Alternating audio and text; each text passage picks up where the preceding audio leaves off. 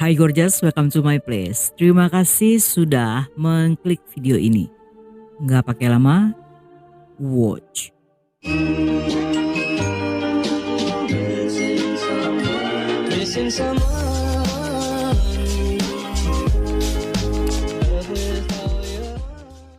Chen dan Chai memiliki seorang putra dan seorang putri. Saat itu Chen bekerja sebagai agen real estate dan suaminya merupakan anggota tentara angkatan udara. Kehidupan mereka cukup sejahtera hingga mampu membeli 5 unit properti di Taipei. Namun keluarga mereka mengalami cobaan ketika sang putra menderita kanker dalam usia dini. Hal ini membuat mereka mencurahkan waktu dan perhatian pada si bungsu, sedangkan si sulung Jingjing dititipkan pada orang tua mereka. Tetapi sayangnya setelah bertahun-tahun menjalani pengobatan, pada akhirnya sang putra meninggal dunia. Dalam masa-masa itu, Jingjing yang tinggal bersama kakek neneknya tumbuh menjadi gadis manis yang mandiri. Pada usia 18 tahun setelah menyelesaikan SMA, dia memutuskan kuliah ke New Zealand yang hal ini disetujui oleh orang tuanya.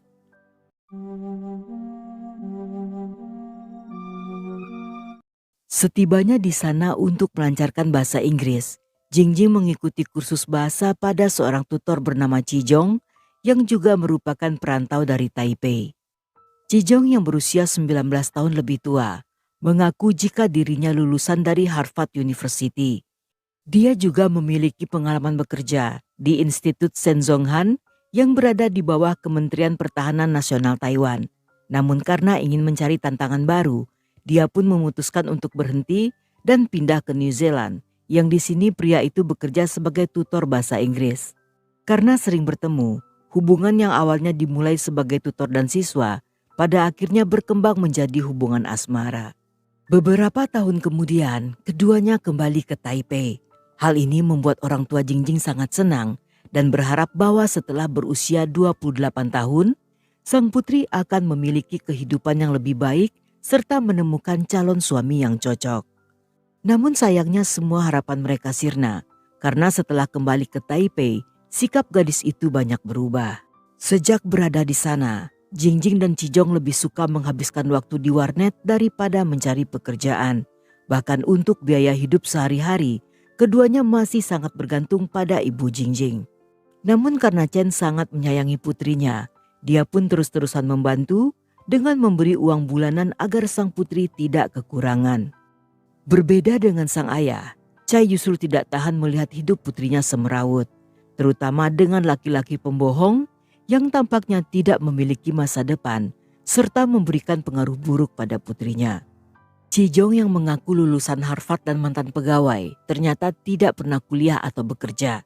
Saat bertemu Jingjing, dia baru saja menyelesaikan pendidikan di akademi militer sebelum akhirnya merantau ke New Zealand. Chai telah berkali-kali mencoba meyakinkan untuk putus dari pria itu. Namun karena terlalu bucin, dia justru membangkang dan membantah perkataan ayahnya yang membuat hubungan keduanya semakin memburuk. Akibatnya gadis itu jarang pulang ke rumah dan memilih untuk mengontrak agar bisa tinggal bersama Chijong. Untuk bertahan hidup, pada awalnya mereka bekerja paruh waktu di beberapa tempat. Namun karena tidak mencukupi, keduanya kembali meminta bantuan pada Chen. Sang ibu pernah memberikan Jingjing uang sebanyak 665 juta. Namun setelah mendapatkan uang tersebut, mereka justru bermalas-malasan dan menghabiskan waktu dengan bermain. Dalam waktu singkat, uang yang mereka miliki segera habis. Dan karena malas bekerja, keduanya memilih melakukan jalan pintas dengan cara mencuri yang membuatnya tertangkap akibat mencuri makanan. Namun hal itu tidak bertahan lama dan Jingjing pun tertangkap sebelum akhirnya ditahan dan dipenjara di pusat penahanan wanita di Taipei.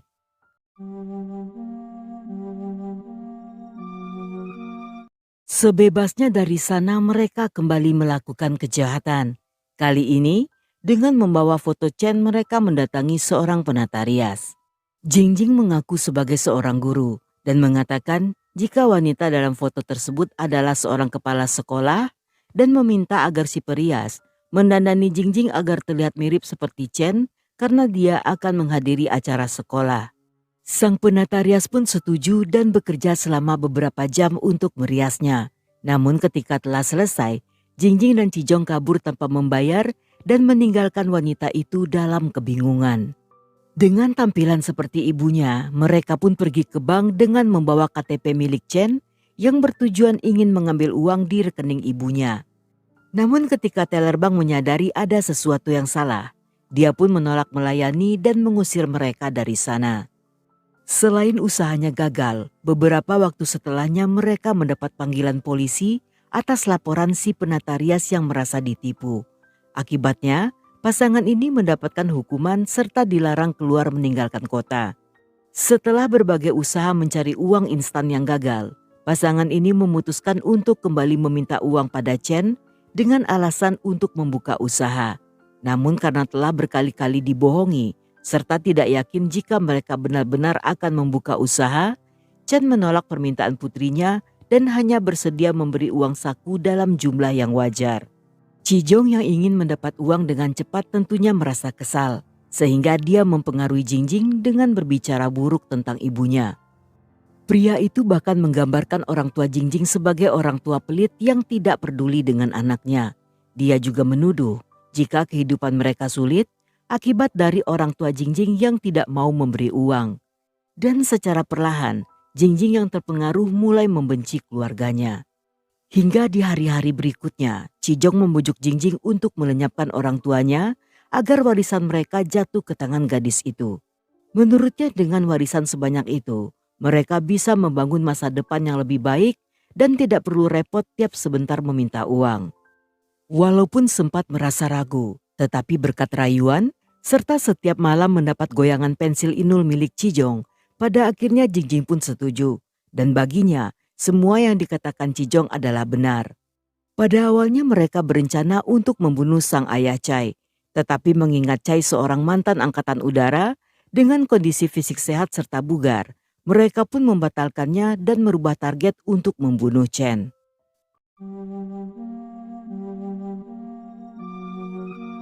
Untuk menjalankan rencananya, Jingjing menelpon dan mengatakan akan datang ke rumah untuk bertemu ibunya. Keesokan harinya di tanggal 1 Mei 2012, mereka pun datang menemui Chen di rumah yang saat itu sedang sendirian.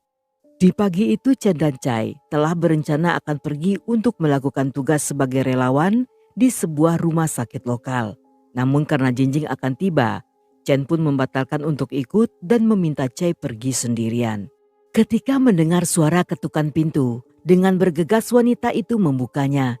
Namun ketika pintu telah terbuka, tiba-tiba Cijong menyetrumnya menggunakan alat sengat listrik yang seketika membuat wanita itu lumpuh.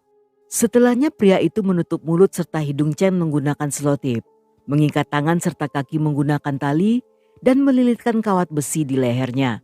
Setelah Chen tewas, Cijong membungkus jasadnya menggunakan kantong sampah yang kemudian dimasukkan ke dalam sebuah koper.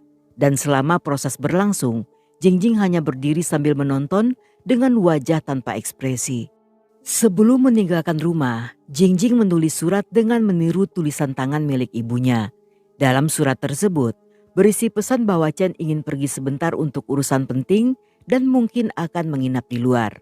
Surat tersebut diletakkan di ruang tamu dengan tujuan agar mudah ditemukan Chai, sehingga pria itu tidak akan bingung ketika melihat istrinya tidak ada di rumah.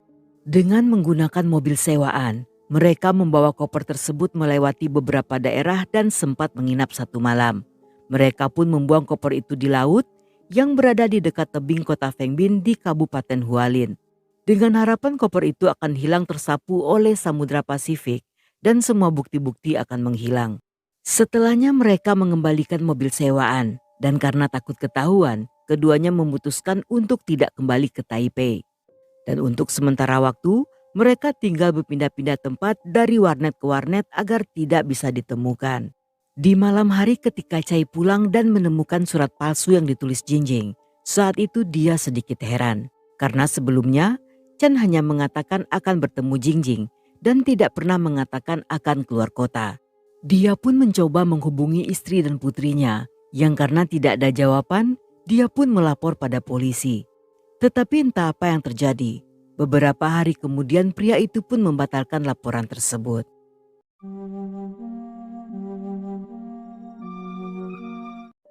3 hari kemudian, seorang nelayan yang sedang mencari ikan di pantai Feng Bin menemukan sebuah koper yang mengapung. Ketika membuka dan menemukan jasad wanita di dalamnya, dia pun melaporkan hal ini pada polisi yang segera tiba di TKP. Melihat kondisi jasad dengan banyak ikatan, serta luka-luka tanda kekerasan di sekujur tubuh, mereka memastikan jika wanita itu merupakan korban pembunuhan. Namun mengidentifikasi jasad yang sudah terendam di laut bukanlah merupakan tugas yang mudah. Tidak ada kartu identitas yang ditemukan, juga tidak ada tanda khusus seperti tato atau bekas luka yang bisa membantu identifikasi. Korban hanya memakai satu set pakaian dan gigi palsu di mulutnya. Akibat terendam air dalam waktu yang lama, sehingga membuat jasadnya bengkak dan tidak bisa dikenali, bahkan sidik jarinya juga tidak bisa diambil. Polisi pun kesulitan untuk melakukan identifikasi, dan satu-satunya jalan adalah dengan memeriksa daftar orang hilang yang dilaporkan dalam beberapa hari terakhir. Selain melacak pakaian serta gigi palsu korban, polisi juga mengadakan konferensi pers dengan harapan jika ada seseorang yang mengenali korban. Namun hal ini masih belum berhasil. Polisi pun menurunkan beberapa tim petugas yang mulai melakukan penyidikan di beberapa wilayah yang berada di Yilan, Hualien, Taitung, dan Pintung. Tetapi tidak satupun warga di sana yang merasa kehilangan anggota keluarganya. Sedangkan pakaian korban merupakan pakaian umum yang banyak dijual di pasar sehingga tidak bisa dilacak.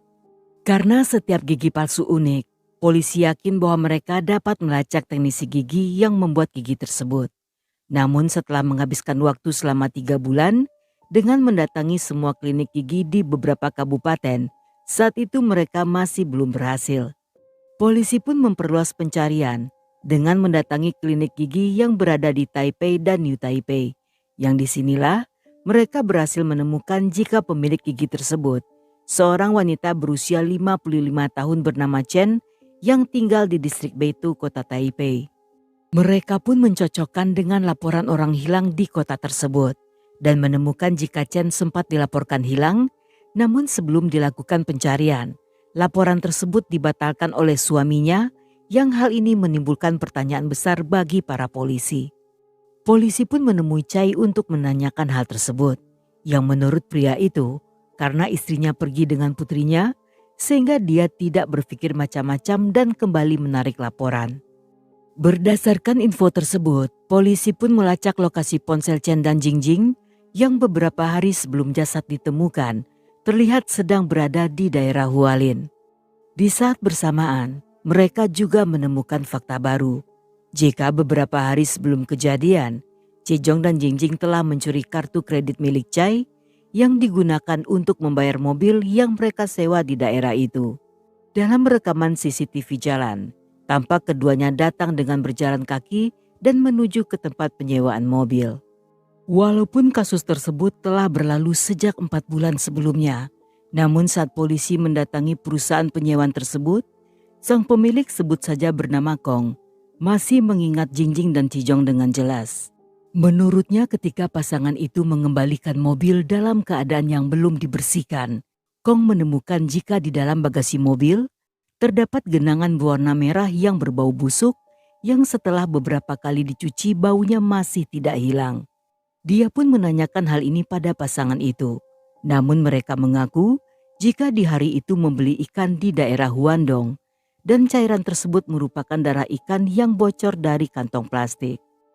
Polisi pun memeriksa mobil tersebut dan mereka beruntung ketika menemukan sedikit sisa noda darah yang setelah diperiksa cocok dengan DNA milik Chen. Hal ini membuktikan jika pasangan kekasih itu terlibat dalam hal ini. Tetapi sayangnya, sejak awal kasus terjadi mereka telah kabur entah kemana.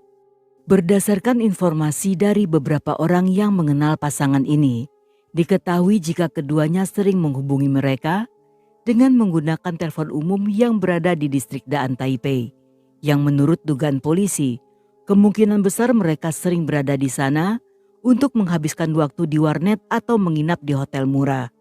Polisi pun melakukan pencarian dengan mendatangi warnet di area tersebut. Dan salah seorang petugas warnet mengingat pasangan itu karena keduanya selalu membawa tas ransel besar yang berisi selimut serta perlengkapan mandi. Pelanggan yang ada di sana juga merasa aneh ketika melihat pasangan itu yang sepertinya menganggap warnet bagaikan rumah sendiri. Selain makan dan minum, mereka bahkan tidur dan terkadang terlihat bermesraan di koridor warnet. Selang beberapa waktu setelahnya, polisi berhasil menangkap pasangan ini yang baru saja tiba untuk bermain. Di dalam tasnya ditemukan barang-barang milik Chen seperti KTP, stempel, buku bank, serta surat kuasa untuk pengalihan properti. Selain itu, Jingjing juga menyimpan sebuah kertas dengan tulisan tangan yang berisi rencana lengkap pembunuhan Chen, termasuk cara untuk melarikan diri serta apa yang akan mereka katakan jika seandainya tertangkap oleh polisi.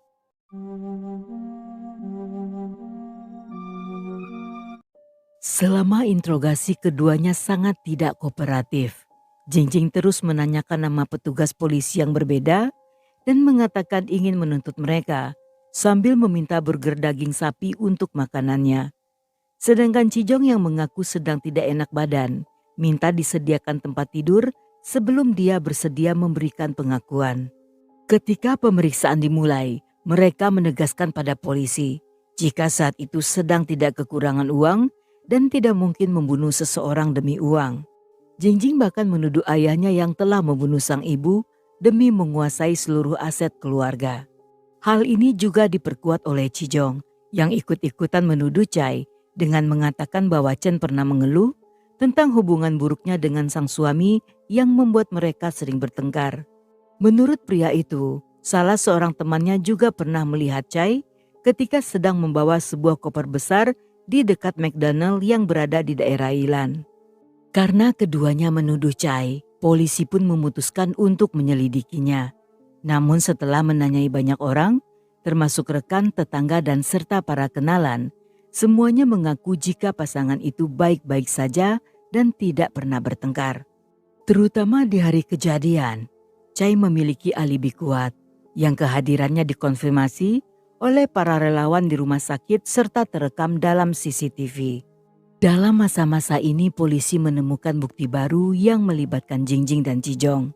Seminggu sebelum kejadian, diketahui keduanya menyewa sebuah loker yang saat diperiksa, di sana ditemukan alat-alat kejahatan berupa kabel besi, tali pengikat, tongkat kejut listrik, tang, dan beberapa alat lainnya. Setelah dilakukan identifikasi, tali serta kawat besi yang ditemukan di tubuh Chen persis sama dengan yang ditemukan di dalam loker. Tetapi walaupun bukti kuat telah ditemukan, keduanya bersikeras menolak mengaku bersalah. Di balik kasus yang awalnya rumit dan hampir menjadi kasus dingin ini, dalam masa penyidikan salah seorang detektif sempat mengalami beberapa kejadian supranatural. Kejadiannya bermula ketika 3 bulan penyidikan dan polisi belum berhasil mengidentifikasi korban. Mereka pun pergi ke kuil Hualin dengan tujuan untuk berdoa agar kasus bisa diselesaikan. Selama berada di sana, seorang biksu senior memberitahu jika ada roh seorang wanita yang mengikuti sang detektif. Roh yang tampak kabur seperti bayangan, dengan tampilan tangan, kaki, serta leher yang diikat, terus-terusan mengatakan ingin melepas gigi palsunya. Saat itu sang biksu sanggup menggambarkan ciri-ciri Chen ketika jasadnya ditemukan tanpa mengetahui apapun tentang kasus tersebut. Hal ini tentunya sangat mengejutkan, terutama ketika biksu itu memberitahu jika nama belakang roh itu adalah Chen yang tinggal di Taipei. Dan karena informasi dari sang biksulah, polisi yang tadinya gagal setelah mencari di 4 wilayah, pada akhirnya menemukan kota yang tepat yang merupakan lokasi awal TKP. Dengan adanya pengalaman tersebut, ketika polisi mengalami kesulitan untuk mendapat pengakuan dari pelaku, mereka pun kembali mendatangi kuil di Hualin dengan tujuan untuk berdoa.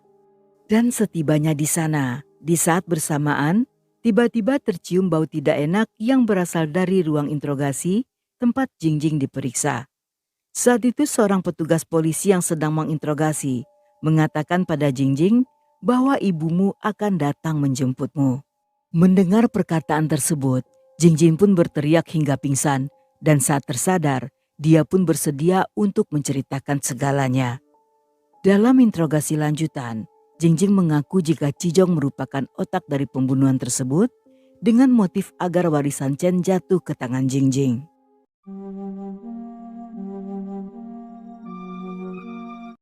Walaupun dalam interogasi keduanya bersedia untuk memberikan keterangan, namun saat persidangan mereka kembali membuat ulah yang bertujuan untuk membingungkan hakim. Jingjing bahkan pernah mencoba mengakhiri jalannya persidangan dengan alasan gangguan mental dan bersikeras jika mereka tidak bersalah. Ketika ditanya tentang alasannya, kenapa dia berdandan seperti ibunya saat akan mengambil uang ke bank, dia kembali berdalih dengan mengatakan bahwa dia sengaja melakukan hal itu hanya untuk merayakan ulang tahun Chen.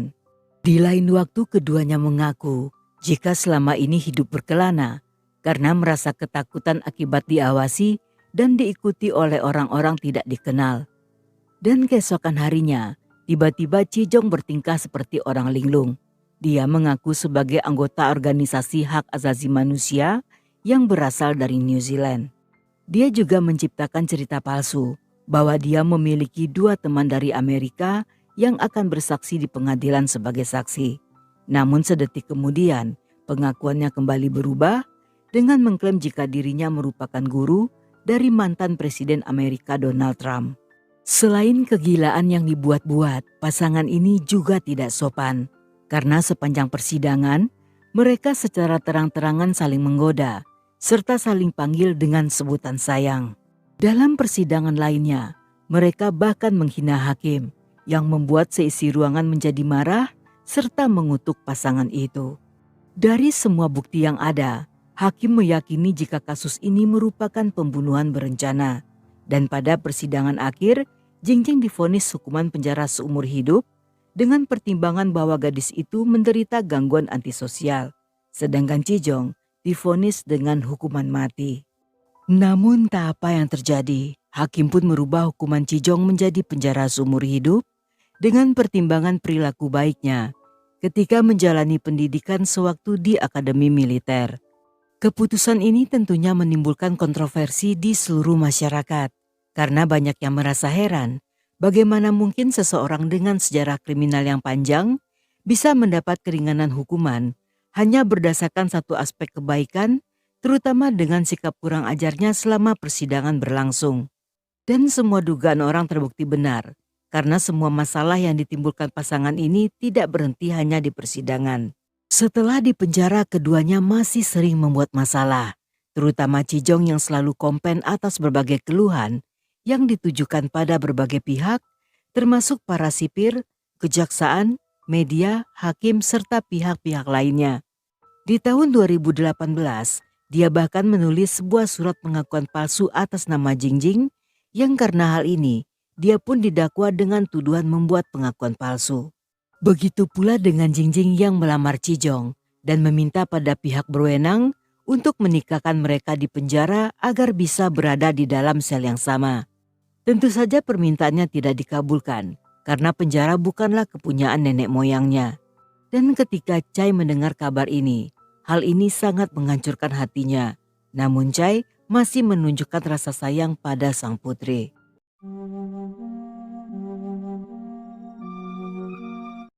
Ada banyak orang yang berspekulasi jika sejak awal Chen menghilang, Chai telah menduga jika semua merupakan perbuatan Jingjing. Namun sebagai seorang ayah, semarah apapun pada putrinya, Chai yang tidak ingin menghancurkan masa depan Jingjing memutuskan untuk membatalkan laporan tersebut. Chai bahkan berkali-kali memohon pada hakim dan mengatakan bahwa semua terjadi karena kesalahannya yang tidak bisa mendidik putrinya dengan baik. Dia pun sangat berharap agar hakim mempertimbangkan situasi ini serta tidak menjatuhkan hukuman yang terlalu berat pada putrinya. Namun semua cinta dari orang tuanya tidak berhasil membuat gadis itu meninggalkan Chijong dan otong mungilnya. Dia lebih percaya ucapan manis dari pria Mokondo yang selama ini hanya bisa numpang hidup. Menurut beberapa psikolog, perubahan sikap Jingjing terjadi karena sejak kecil dia harus tinggal bersama neneknya. Karena kedua orang tuanya sibuk merawat adiknya yang sakit, sehingga hal ini juga membuatnya kurang mendapatkan perhatian. Dan hubungan mereka semakin jauh ketika Jingjing pindah ke luar negeri yang akibatnya dia merasa kurang dicintai serta mulai mencari kasih sayang dari orang lain. Dalam masa-masa itu dia bertemu Chijong, yang sayangnya merupakan orang yang salah untuk dijadikan tempat bergantung. Chijong sendiri justru memanfaatkan kesempatan tersebut hanya demi materi. Dan karena pria itu sangat manipulatif, sehingga Jingjing yang terlanjur jatuh cinta tidak bisa melepaskan diri dari pengaruh pria itu. Setelah Jingjing dipenjara, Cha yang berkali-kali mengunjunginya harus menelan kekecewaan ketika sang putri selalu menolak untuk bertemu. Sedangkan Chijong yang walaupun berhasil lolos dari hukuman mati, saat itu tidak berhasil kabur dari hukuman Tuhan. Karena pada 19 April 2022, dia mengalami rasa sakit di sekujur tubuh dan meninggal di rumah sakit akibat menderita kegagalan dari banyak organ di tubuhnya karena peritonitis. Peritonitis adalah peradangan yang terjadi pada lapisan tipis yang terletak di antara dinding perut bagian dalam dan organ-organ perut yang disebabkan oleh infeksi bakteri atau jamur.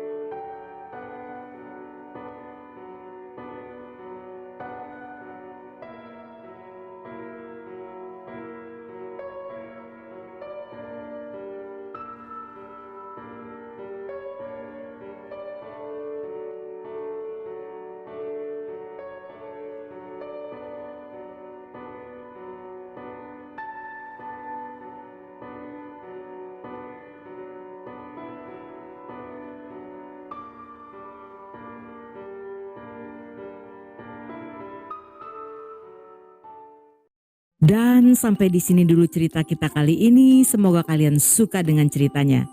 Buat yang masih betah hingga akhir, thank you, love you, have a nice day, and then see ya.